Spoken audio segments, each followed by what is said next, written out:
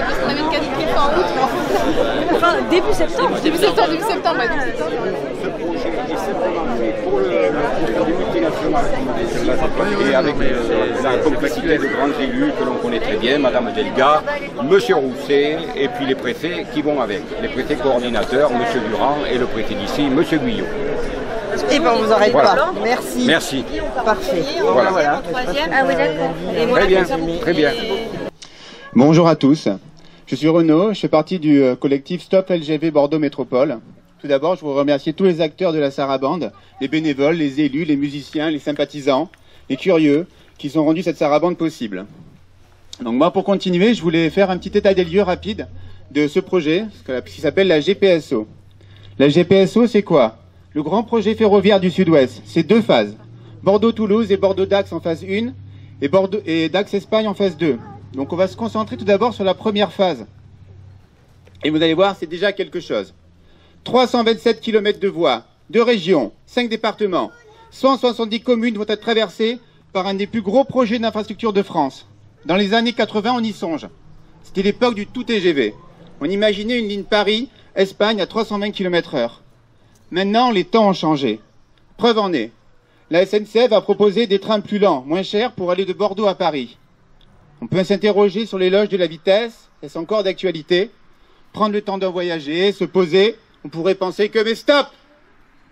Vous fatiguez pas à réfléchir. Madame Delga et Monsieur Rousset le font mieux que nous. C'est un grand oui à la vitesse. Il faut aller vite. Pourquoi? On ne sait pas, mais il faut que ça soit rapide. C'est le cœur de leur projet, la vitesse. Donc aujourd'hui, après 30 ans de réflexion, ils veulent changer nos vies, et c'est du lourd. Avec donc cet LGV, on va gagner plus d'1 heure pour aller à Toulouse. Et alors là, tenez-vous bien, c'est grandiose, 1/4 d'heure pour aller à Dax. Donc là, on se dit, 30 ans de réflexion pour en arriver là, ces gens-là sont-ils vraiment sérieux? Pour ce vaste chantier, ils ont réalisé 3 enquêtes de commission publique, 14 000 contributions. C'est un beau succès. 93% de ces contributions sont défavorables. D'autres rapports défavorables s'ajoutent, celui de la Cour des comptes, le comité d'orientation des infrastructures, en début de mois, celui de l'autorité environnementale, celui du Conseil national de la protection de la nature, et j'en oublie sûrement. Face à cette belle littérature, les charmants promoteurs de la LGV devraient voir en eux germer la graine du doute. Mais non, plein de morgue et d'arrogance, ils nous déconsidèrent. Sur 2, ils avancent. Pas la moindre attention aux arguments qu'on peut leur opposer. Est-ce vraiment des méthodes? Est-ce que ces gens-là sont vraiment sérieux? On s'interroge alors sur le financement. On pense que ça, ils maîtrisent. Les chiffres, ça c'est leur truc, ça. Donc au niveau du financement, c'est 40% par l'État, 40% par les collectivités locales, 20% par l'Union européenne. Bon, et finalement, ils s'en sortent pas. La région remet de l'argent sur la table, mais ça suffit pas. Sur fond d'inflation galopante, de pauvreté qui explose, ils créent des taxes complémentaires à la taxe foncière sur 40 ans, peut-être 50, voire 60. Ils savent même plus. Ils augmentent même la taxe de séjour. Ils sont perdus, nous aussi. L'Europe veut plus financer, et là on se dit c'est bon, c'est fini, c'est terminé. Ils vont être rappelés à la raison. Mais non, pour eux, l'Europe est d'accord. Enfin, un peu. 60 millions d'euros. 60 millions d'euros sur près de 3 milliards, j'ai fait le calcul, c'est 2%. Il manque plus de 2 milliards. Ils veulent commencer les travaux en début d'année 2024 et le budget n'est même pas bouclé. Est-ce que ces gens-là sont vraiment sérieux? À ce stade, bon, on se dit, là on va les aider. Ils n'ont pas vu sur le plan, ils ont raté l'info. Il existe déjà une ligne qui va de Bordeaux à Toulouse. Il suffit de rénover l'existant. Un projet est là, ça coûte moins cher, on peut y réfléchir. On va améliorer les trains du quotidien, dans le même temps. Et là, il nous explique que l'amélioration des trains du quotidien, c'est dans ce projet. Les fameuses AFSB et AFST. Les améliorations ferroviaires du sud de Bordeaux, les améliorations ferroviaires du sud de Toulouse. Et quelle est donc cette amélioration? Sur Saint-Train-Tonson, des TER seront relégués sur des voies uniques, moins rapides. Quelle sera leur fréquence, le public visé? On ne va pas oublier leur mantra. Le temps de ceux qui font et entreprennent est beaucoup plus précieux que celui du Pékin moyen.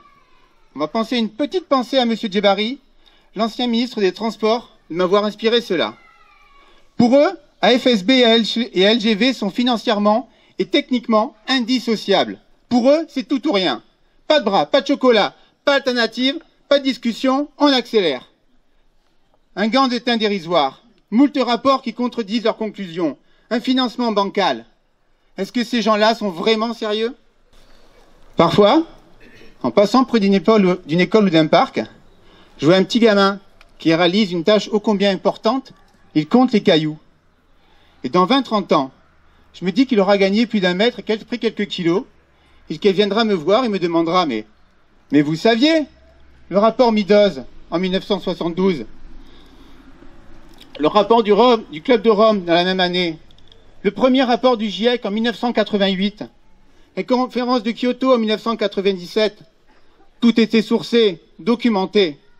Vous saviez pour les problèmes d'eau, les problèmes d'énergie, les sols pourris, les inondations, les canicules, la déforestation. Vous saviez? Qu'est-ce que vous avez fait? Non, non, non, ne baisse pas les yeux. Non, non, non, ne regarde pas tes chaussures. Regarde-moi dans les yeux. Qu'est-ce que vous avez fait? Sans compter l'impact en déchets et en carbone que va générer le chantier, pour ce projet fou, 3000 hectares de forêts vont être abattus. 250 hectares de zones humides vont être détruites. Des zones Natura 2000 vont être traversées. La biodiversité sera dévastée. Mais là, on peut faire quelque chose. Parce qu'un arbre aura toujours plus de valeur que l'acier qui le coupe. Parce que nous ne supportons plus de voir des plaines centenaires recouvertes d'un béton mortifère. Parce qu'il y a plus de vie et de diversité dans la vallée du Ciron qu'il n'y en aura jamais dans les coffres des banques centrales à Bruxelles. Parce qu'on est tous ensemble, parce qu'on est là, parce qu'on a envie de faire quelque chose. On va tous en parler autour de nous, à nos voisins, à nos familles, à nos proches, à nos collègues. On va faire du bruit pour que demain, on soit encore plus nombreux et qu'on nous oblige, une fois pour toutes, à stopper ce projet ridicule. Ils ont l'argent, on a les gens. On va lâcher le klaxon, on va prendre le volant, et là, on aura fait quelque chose. Et moi, je suis très sérieux. J'espère que vous aussi. Bonne sarabande et merci.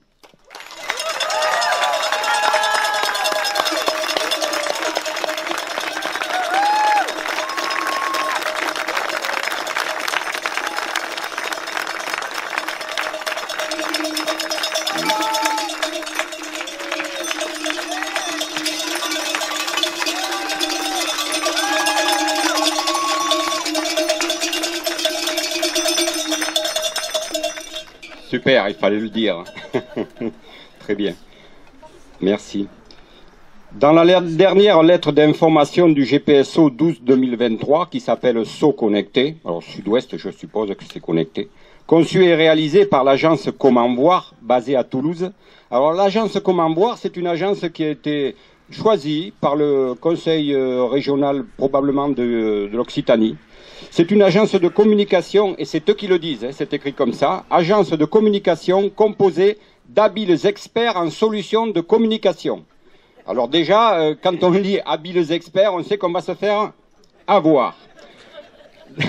Dans cette lettre, donc, l'autosatisfaction des promoteurs du projet, donc du préfet de région Occitanie, coordonnateur du GPSO, de Madame Delga, présidente de la région Occitanie, et de Monsieur Rousset, président de la région Aquitaine, nous réchauffe le cœur. Oui, car enfin, selon le préfet Pierre-André Durand, nous allons être désenclavés. Et le GPSO sera également un puissant levier de développement des mobilités du quotidien, ce qui va contribuer à résorber les fractures territoriales, rompre l'isolement et redynamiser les territoires. Et Madame Delga d'en rajouter. Le GPSO est une très bonne nouvelle pour la lutte contre le réchauffement climatique et le désenclavement du sud de l'Europe. Et Monsieur Rousset d'en rajouter une couche. Le projet est un projet vertueux et respectueux de l'environnement humain et de la biodiversité. Hélas, 3 fois hélas. Saisi par SNCF Réseau pour rendre un avis sur les aménagements ferroviaires au nord de Toulouse, ce qu'on appelle les AFNT. L'autorité environnementale a refusé de se prononcer. Elle estime que l'étude d'impact de ce projet se fonde sur des données obsolètes, de près de 10 ans et ne tient pas compte des évolutions réglementaires sur l'artificialisation des sols ou les émissions de gaz à effet de serre. Conclusion, l'autorité environnementale ne pourra instruire ce dossier que s'il lui est de nouveau présenté avec une étude d'impact actualisée selon les dispositions des articles du Code de l'environnement. Donc on voit ce qu'il en est du respect. Et comme un train peut en cacher un autre, rebelote avec l'avis du Conseil national de la protection de la nature, saisi lui aussi pour une demande de dérogation à la protection des espèces. Alors déjà, il y a de quoi s'inquiéter quand même.